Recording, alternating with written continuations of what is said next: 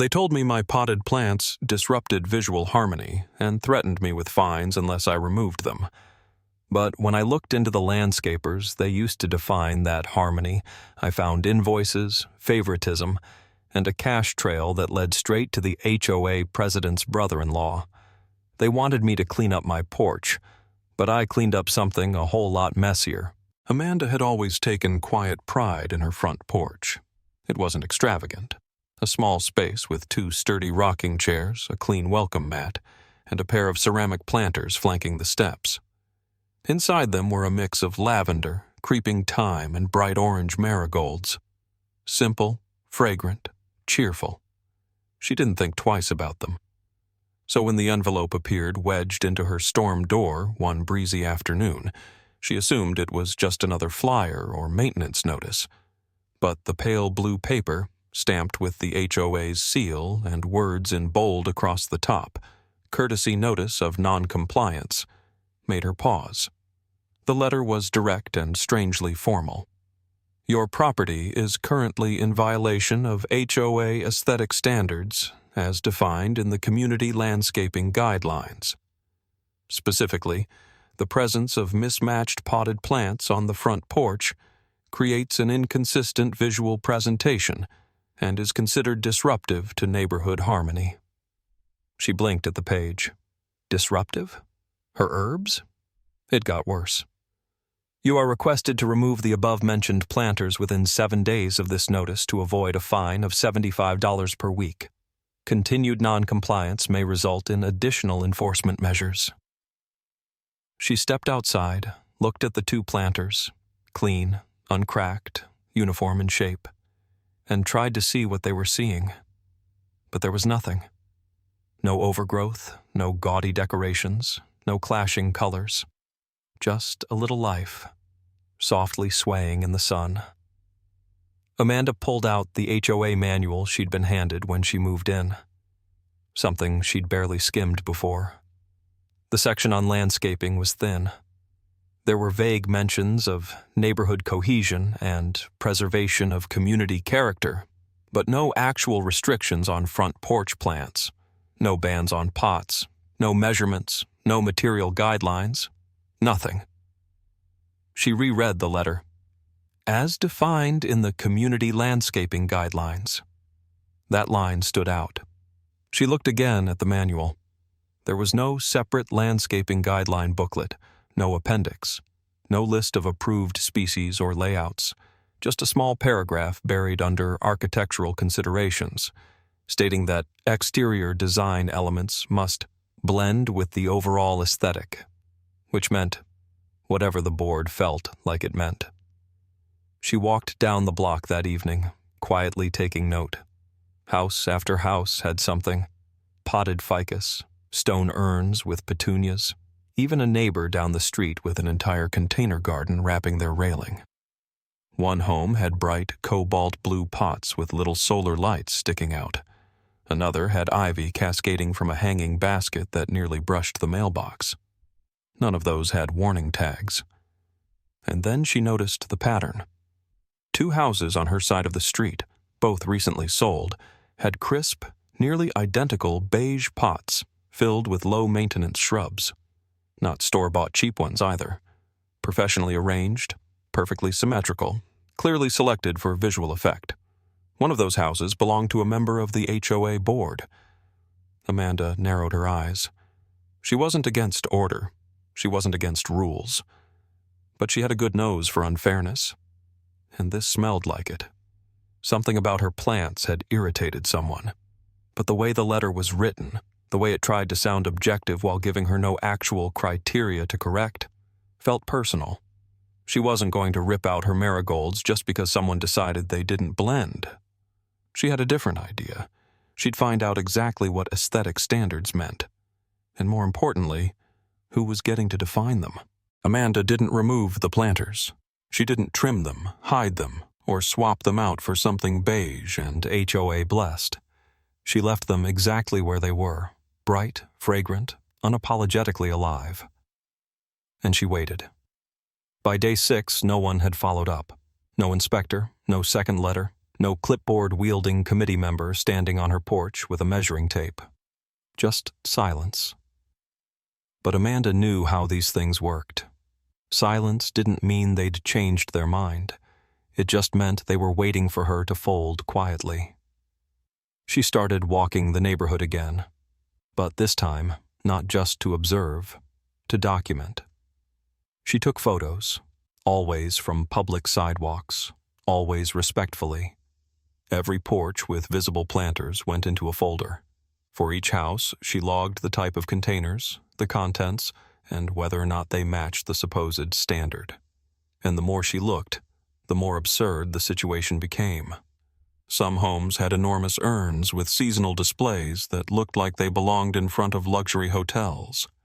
Others had chipped plastic buckets with begonias. One house had a wooden barrel turned into a raised bed with basil and tomatoes climbing out the top. No notices, no violations, no warnings posted. And then there were the perfect ones. 5 houses. Not just tidy, but nearly identical in presentation. Same planters, same layout, same style. 2 beige ceramic pots on each side of the front door. Trimmed dwarf boxwoods in both, identical symmetry. Amanda wouldn't have thought much of it, until she realized all 5 homes had ties to the HOA board. 3 belonged to current board members, 2 others to close family, spouses, siblings. And one of them, unmistakably, was the home of HOA President Mallory Steen. Amanda compared the 5 porches carefully. The plants were professionally manicured, the containers spotless. These weren't DIY projects. They were coordinated, installed with intention, paid for. But by whom? That question stuck with her. Then she remembered something from the initial violation letter, the line about community landscaping guidelines. She'd assumed it was internal policy, but what if it wasn't just internal? She went back to her HOA welcome packet. Tucked between the generic bylaws and amenity list was a single sheet she hadn't noticed before. A flyer advertising Evergreen Harmony Designs, a partner in community aesthetic planning, offering residents discounted services, pre-approved by the board. The flyer didn't look like an ad. It looked like an endorsement. She Googled the company. They had a small website, polished, vague, full of buzzwords like curated curb appeal and harmony-based placement strategy. Under the Our Clients tab was a list of HOA communities, including hers. Amanda clicked through to the leadership section. The founder and lead designer, Grant Ellison. It took less than a minute to connect him to Mallory Steen. A news brief from 3 years ago listed Grant as a speaker at a local design expo. Mallory Steen had introduced him as her brother-in-law and trusted creative partner in community planning. There it was. The board had been funneling aesthetic control to a private landscaping company run by family, and using its curated designs as the de facto standard for what was acceptable. Anyone who matched the evergreen look was left alone.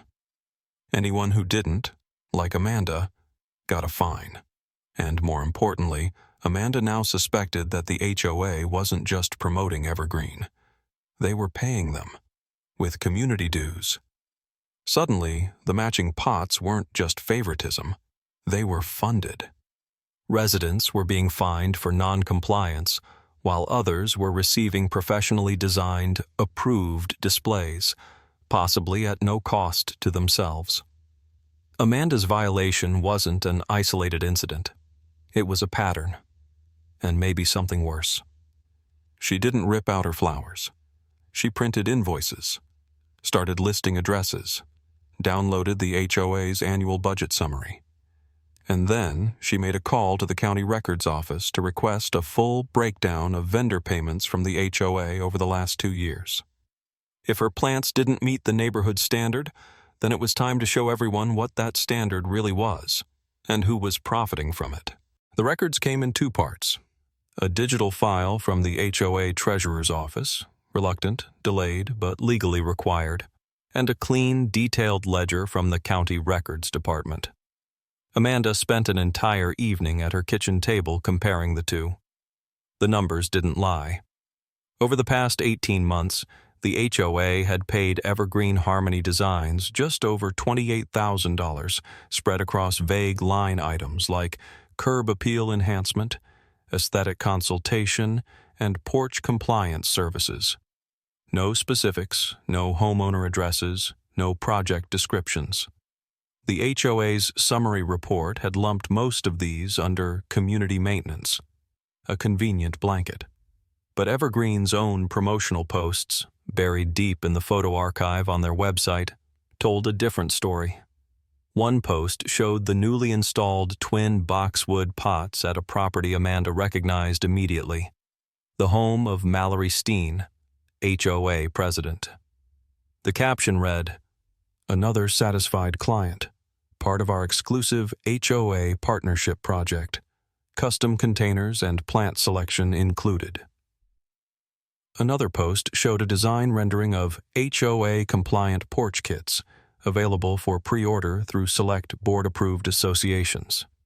The image featured identical beige ceramic planters, the same ones Amanda had seen lining the porches of the 5 exception houses. The picture was becoming painfully clear. Evergreen wasn't just a vendor. They were the standard, and HOA dues were paying to install their designs, not for the whole community, but for a chosen few. Amanda couldn't shake the hypocrisy. Residents were being fined for nonconformity, while board members' porches were being professionally styled and protected under the guise of official compliance. It wasn't just shady. It was abusive. She checked her own violation again.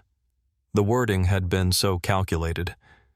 Inconsistent visual presentation, disruptive to harmony. Not illegal, not unsafe, just unfitting, not part of the image, not theirs. And the image had a price tag. She dug one level deeper. The business license for Evergreen Harmony Designs was easy to pull, public record. Registered under Grant Ellison, yes, but the mailing address used for the company's tax correspondence? It matched Mallory Steen's personal residence, not Grant's, hers. That meant either she was directly receiving business correspondence, or worse, filtering HOA contracts through her own address to avoid scrutiny. Amanda saved everything. The contracts, the matching addresses, the photos, the city tax filings. She labeled the folder Porchgate. Not out of spite, but because it was beginning to feel exactly like that.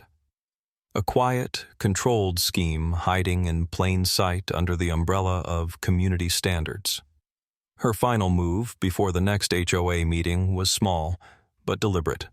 She moved one of her planters 6 inches to the left. Not enough for anyone to notice casually, but enough that if they were watching, if they were still documenting her yard like a security threat, it would throw a wrench into their notes. It wasn't petty, it was bait. Sure enough, 3 days later, she received another notice. Continued noncompliance. This time with an attached photo, taken at an angle from the sidewalk on a day she hadn't been home.